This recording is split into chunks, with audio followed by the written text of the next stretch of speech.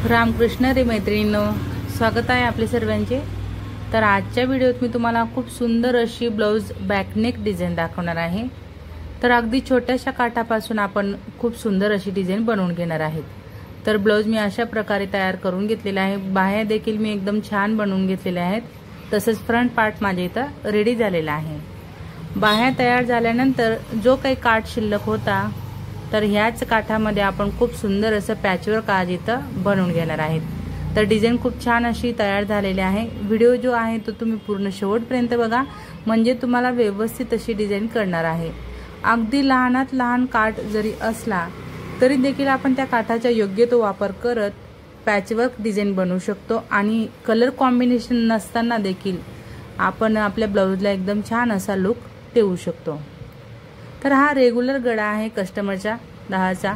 त्याखाली आता आपण पॅचवर्क बनवणार आहे। त्यासाठी मी 2.5 इंच घेतलेला आहे आणि अशा पद्धतीने ब्रॉड असा काटकोन तयार मी केलेला आहे। तयार काटकोन मधून आपल्याला छान असा आकार द्यायचा आहे। मी इथं मटका शेप देऊन घेते।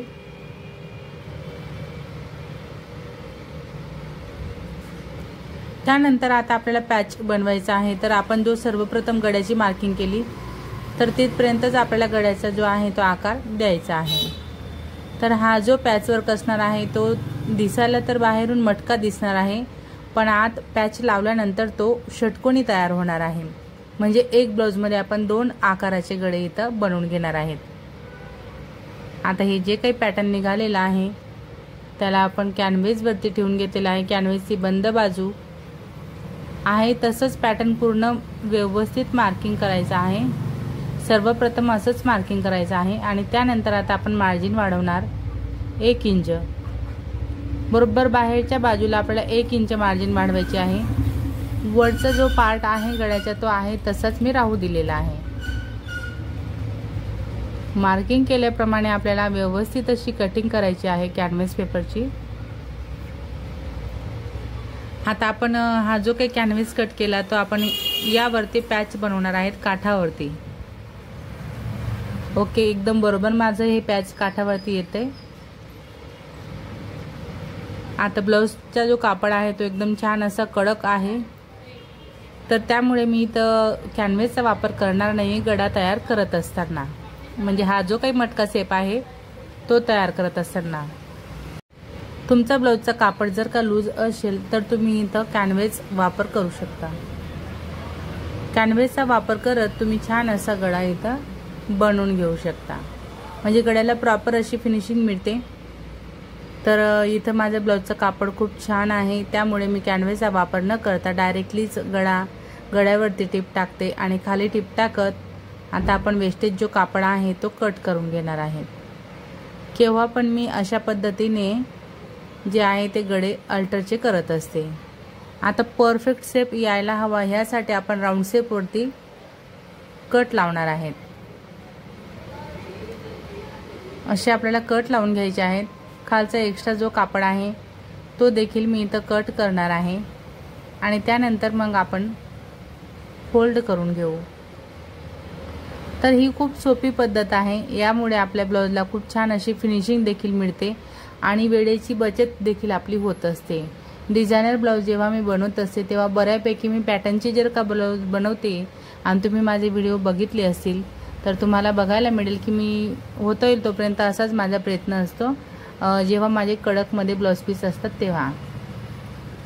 आता आपण संपूर्ण बॅक पार्ट ओके केलेला आहे, त्याला बाजूला करणार आणि हा जो काही पॅच आहे तो आपण घेतलेला आहे। यावरती तुम्ही आधी इस्त्री करून घ्या किंवा स्टिचिंग जरी केली तरी देखील आपल्याला चालतं आहे अशा पद्धतीने। आता इथं बघा इथं मला काठ थोडा कमी पडलेला आहे, पण हा मार्जिन मध्ये जाणार आहे, तरी देखील मी इथं जो साईडला थोडासा काठ निघालेला आहे त्याचे जॉईंट मी इथं देऊन घेते। वास्तविक आपला हा जो जॉईंट आहे तो देखील वरती पॅटर्न मध्ये येणारा नाहीये, पण एक सपोर्ट म्हणून आपला मार्जिन मध्ये जाणारा तो पार्ट आहे। तर सेम पद्धतीने तसंच मी अस्तर घेतलेला आहे त्याखाली आणि जो आकार होता फक्त आकारावरती आपण टिप टाकतोय। जो आपण गळ्याचा आकार दिलेला आहे पॅचला त्यावरती टिप टाकल्यानंतर आपल्याला व्यवस्थित असं पार्ट पलटवून घ्यायचा आहे। मध्ये सेंटरला मी कट लावला कट परफेक्ट म्हणजे लावायचा आहे आपल्याला, तेव्हाच आपला एकदम पॉइंट असं तयार होतो, म्हणजे पॉइंटचा आकार तयार होतो। खाली इथं मला थोडा अस्तर कमी पडलं, मी त्याला जॉईंट दिला आणि परत अशी टीप टाकून घेतलेली आहे। आता हे पॅच तयार झालं। बऱ्याच मैत्रिणींचे गळे बघा एकदम असे छोटे होऊन जातात किंवा असे पसरून जातात जेव्हा तुम्ही पॅच बनवतात, तर तुम्ही अशा पद्धतीने ह्या सर्व गोष्टी फॉलो करा। बघा याचे सेंटर मी काढून घेतला, त्याला मार्किंग केलेलं आहे। तसंच बॅक पार्टचा देखील मी सेंटर काढून घेते, पॉइंट लावून घेते। कुठलंही काम आपल्याला मोजून मापून करायचं आहे तेव्हा आपल्याला परफेक्ट जमणार आहे। तर बघा जो ठसा आपला निघालेला होता तो ठसा देखील मी इथं ठेवून चेक करते आणि बरोबर मार्जिनमध्ये आपलं 1/2 इंच कापड गेलेलं आहे, तर तेवढ्याच लांब माझा हा ऑटोमॅटिक माझं बॅक पार्ट तसंच आलेला आहे। तर तुम्हाला देखील ह्या सर्व गोष्टींची काळजी घ्यायची आहे, तेव्हा तुमचा प्रॉपर जो हवा तोच शेप तुम्हाला मिळणार आहे। तुमचं पॅटर्न कमी जास्त होणार नाही, एकदम परफेक्ट असं तुम्हाला तयार करता येणार आहे। आता जेवढी काही माझी मार्जिन मी घेतलेली होती ती मार्जिन माझी बरोबर आतमध्ये बॅक पार्टमध्ये गेलेली आहे। तर इथं आपण बरोबर टीप टाकून घेतलेली आहे आणि त्यानंतर हवं तर तुम्ही इथं लेस लावू शकता, डबल लेअरमध्ये देखील लेस लावू शकता। मी इथं सिंगल लेअरमध्ये लेस लावते आणि अजून आपली डिझाईन पूर्ण झालेली नाही आहे, कारण डिझाईनमध्ये अजून बरेचसे आपल्याला डिटेल द्यायचे बाकी आहेत।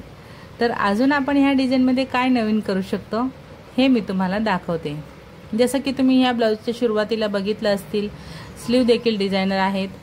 तर स्लीवसाठी जो काठ मी वापरमध्ये घेतला त्या काठाच्या खाली थोडीशी बॉर्डर मी ही काढलेली आहे आणि ह्या बॉर्डरचा वापर मी इथं करून घेते, कारण ह्या ब्लाऊजमध्ये फक्त जो काठ आहे ना तो काठ फक्त बाह्यांसाठी आलेला होता आणि काठाची रुंदी खूप लांब, म्हणजे असं उंचीला काठ जास्तीचा होता, एकदम ब्रॉड काठ।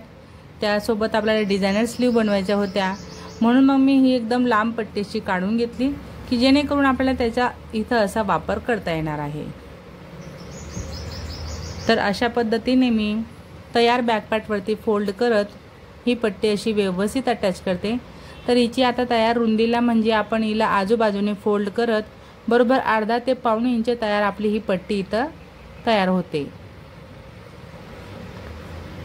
जेव्हा एकाच बाजूला काठ येतो तेव्हा आपण त्या काठाचा पुरेपूर योग्य तो असा वापर करू शकतो। तर अगदी लहानात लहान काठ असेल किंवा एकदम छोट्यात छोटं कापड असेल त्याचा देखील आपण वापर करत ब्लाऊजला डिझायनर लुक कसा देऊ शकतो याचे खूपच असे व्हिडिओ मी तुमच्यासोबत याआधी देखील शेअर केलेले आहेत। तर आता हा जो काही छोटासा कापड आपला शिल्लक आहे ना त्यामध्ये मी असं डबल फोल्ड करत त्याला आजूबाजूने राऊंड शेप देते आणि उलट बाजू तुम्हाला वरून दिसत असेल, उलट बाजूवरूनच मी टिप टाकून घेते। आता हे दोन्ही कापड आपले ब्लाऊज पीसच्या कापडचेच आहे, मी इथं अस्तर नाही घेतलेलं आहे एका बाजूला, दोन्ही बाजूला सेम कापड आहे। फक्त आपल्याला त्यातून एकच कापड घ्यायचं आहे। संपूर्ण आपण राऊंड शेपमध्ये टिप टाकून घेतली। याचा जो गोलाकार आहे ना तो थोडा असा लांबट गोल तयार केलेला आहे मी, कारण आपल्याला याचा बो बनवायचा आहे। तर आपण जे बो बनवतो ना ते देखील मी तुम्हाला वेगवेगळ्या प्रकारचे दाखवलेले आहेत। स्क्वेअरमध्ये दाखवलेला आहे, गोलमध्ये दाखवलेला आहे, बरेच असे प्रकारचे बो मी तुमच्यासोबत शेअर केलेले आहे। तर त्यातूनच हा थोडा वेगळा प्रकार आणि याचा लुक एकदम खूप सुंदर असा दिसतोय। तर मग मैत्रिणींनो आजच्या ह्या व्हिडिओत मी तुम्हाला खूप सुंदर अशा पद्धतीने पॅचवर्क डिझाईन दाखवलेले आहे। तुम्ही आजचा हा माझा व्हिडिओ पूर्ण शेवटपर्यंत बघितला त्याबद्दल तुमचे सर्वांचे खूप खूप धन्यवाद। असेच माझे व्हिडिओ बघत चला व मला सपोर्ट करा। व्हिडिओ आवडला असेल, थोडा जरी फायदेशीर वाटला असेल तर व्हिडिओला मात्र नक्कीच लाईक करा, शेअर करा, कमेंट करा। चॅनलवर नवीन असणार, पहिल्यांदाच माझा व्हिडिओ बघत असणार तर चॅनलला सबस्क्राईब करा, सोबत बेल आयकॉन क्लिक करून ऑलवर सेट करा रोजचे असे छान छान व्हिडिओ पाहण्यासाठी। चला तर मग भेटूया आपण पुढच्या एक छान अशा व्हिडिओत आणि नवीन डिझाईन सोबत। धन्यवाद।